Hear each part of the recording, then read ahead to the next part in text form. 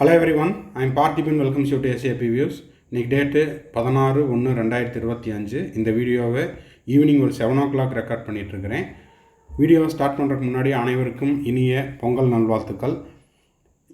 இந்த வீடியோவில் NEET PG 2026 all India quota round 3க்கான ரெஜிஸ்ட்ரேஷன் போர்ட்டல் ஓப்பன் ஆகிடுச்சு.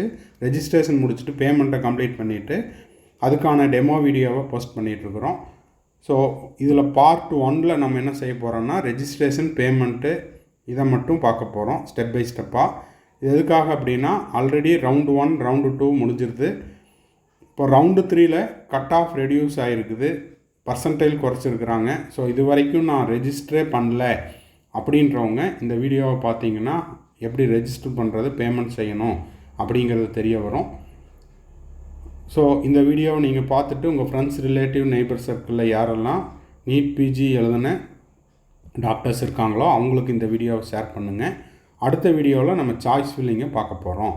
வீடியோக்குள்ளே போகிறதுக்கு முன்னாடி இது வரைக்கும் இந்த வீடியோவை லைக் பண்ணாமல் பார்த்துட்டு இருக்கிறீங்கன்னா மறக்காமல் லைக் பண்ணிவிட்டு சப்ஸ்கிரைப் பண்ணிவிட்டு பெல் ஐக்கானை கிளிக் பண்ணி வச்சிட்டிங்கன்னா அடுத்தடுத்தது நம்ம போடுற எல்லா வீடியோஸும் உங்களுக்கு நோட்டிஃபிகேஷனாக வந்துடும். அடுத்தது தமிழ்நாடுக்கும் இதே மாதிரி நம்ம ரெஜிஸ்ட்ரேஷன் பேமெண்ட் சாய்ஸ் ஃபில்லிங்கையும் வீடியோவை போட போகிறோம். ஸ்கிப் பண்ணாமல் கடைசி வரைக்கும் பார்த்துருங்க. மேற்கொண்டு இந்த ரவுண்டு 3க்கு எனக்கு கவுன்சிலிங்க்கான கைடன்ஸ் தேவைப்படுது, டவுட்ஸ் இருக்குது அப்படின்னா ஸ்க்ரீனில் தெரிகிற என்னோடய நம்பருக்கு நீங்கள் காண்டாக்ட் பண்ணிவிட்டு உங்களுக்கான டவுட்ஸை த்ரூ பெய்டு சர்வீஸில் கிளாரிஃபை பண்ணிக்கலாம். இந்த ஆல் இண்டியா கோட்டா ரவுண்டு 3ல் டோட்டலாக ஆல் ஓவர் இந்தியாவில் 10,101 சீட்ஸ் அவைலபிளாக இருக்குது. அதுக்கான சீட் மேட்ரிக்ஸ் அஃபீஷியல் வெப்சைட்டில் ரிலீஸ் பண்ணிட்டாங்க. ஸோ எந்தெந்த காலேஜில் என்னென்ன கோர்ஸ் அவைலபிளாக இருக்குது அப்படிங்கிற அந்த 700+ பேஜஸ் இருக்கிற பிடிஎஃப்பை ஓப்பன் பண்ணி பார்த்துட்டு உங்களுக்கு எந்தெந்த கோர்ஸ் தேவைப்படுதோ அதை நீங்கள் சாய்ஸ் ஃபில் பண்ணிக்கலாம்.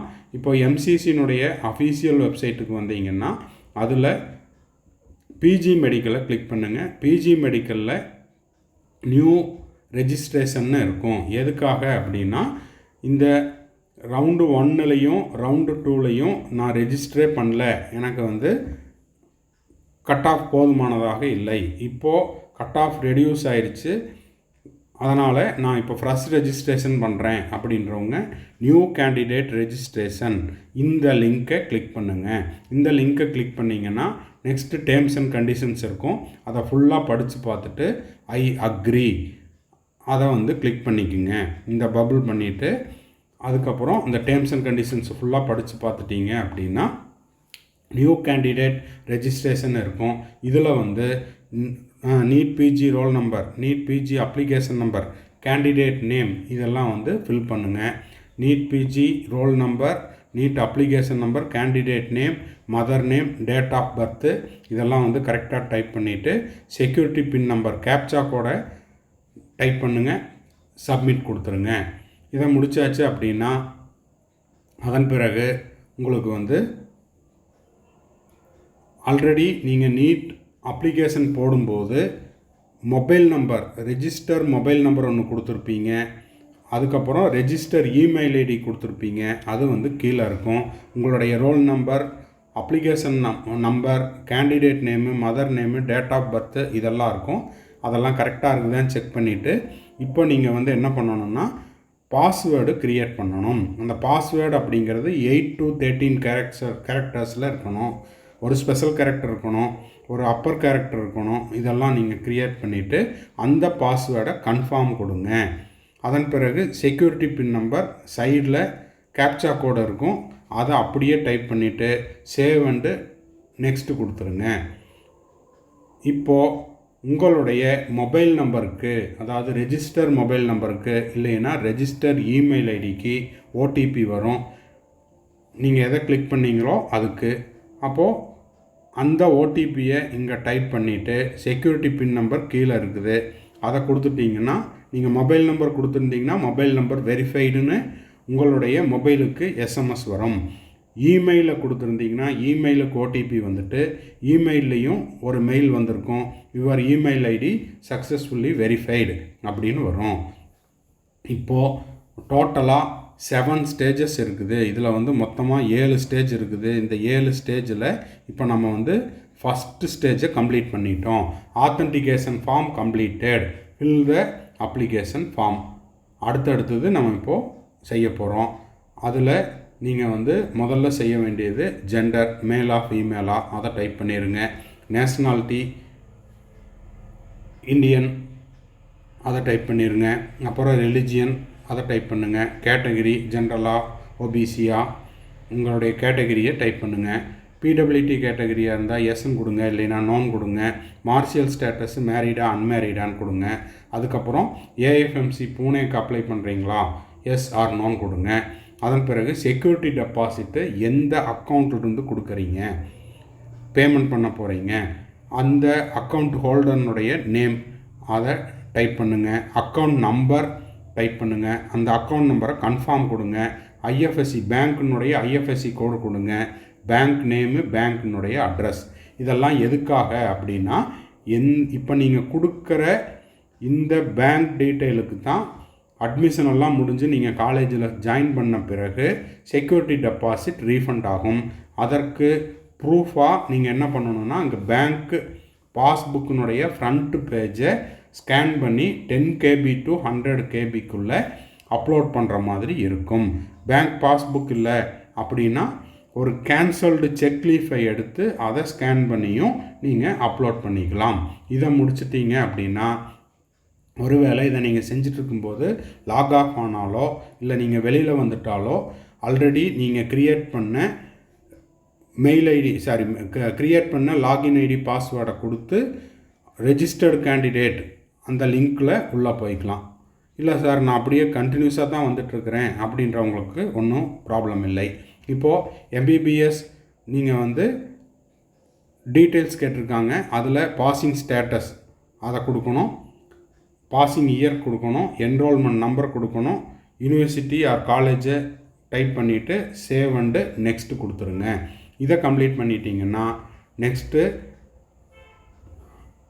கீழே என்னென்ன காலேஜஸ் அப்படிங்கிறது இருக்கும். நீங்கள் எந்த காலேஜில் படித்தீங்களோ, உதாரணத்துக்கு மௌலானா ஆசாத் யூனிவர்சிட்டி காலேஜு, இல்லைன்னா வந்து doctor Baba Sahib Ambedkar medical college, இதில் உங்களுக்கு எது சூட் ஆகுதோ அதை கிளிக் பண்ணுங்கள். இது எதுவுமே இல்லை அப்படின்னா அதர்ஸ் கிளிக் பண்ணிக்கோங்க. இதை முடிச்சுட்டு அதுக்கப்புறம் இன்டர்ன்ஷிப் அந்த டீட்டெயில்ஸ் கேட்குறாங்க. அதற்கு குறிப்பாக those who have not completed 1 year internship on or before 31st July 2025 are not eligible. இந்த எலிஜிபிலிட்டி உங்களுக்கு இருக்குதா அப்படிங்கிறத செக் பண்ணிவிட்டு எஸ் ஆர் நோ அதை கொடுங்க. எஸ் கொடுத்தீங்கன்னா தான் யூஆர் எலிஜிபிள், நோ கொடுத்தீங்கன்னா யூஆர் நாட் எலிஜிபிள். ஸோ அதை வந்து நீங்கள் பார்த்துருங்க.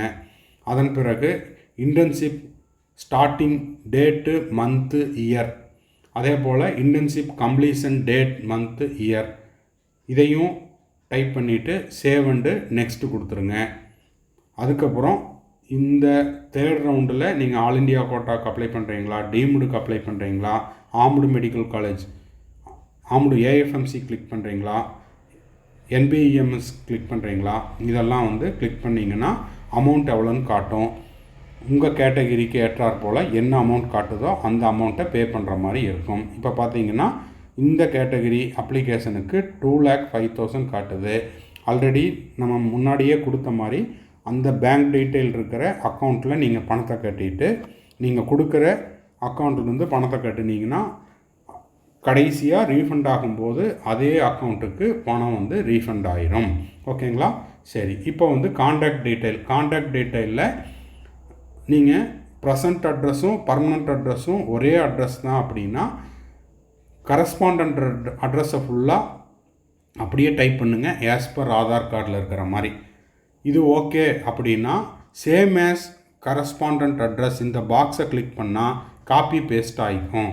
ரெண்டும் டிஃபரெண்ட். இப்போ நான் இருக்கிறது ஒரு அட்ரஸ்ஸு, பர்மனண்ட் அட்ரஸ் வேறுன்னா வேறு வழி இல்லை, ரெண்டையும் தனித்தனியாக டைப் பண்ணணும். சேவ் அண்டு நெக்ஸ்ட்டு கொடுத்துருங்க.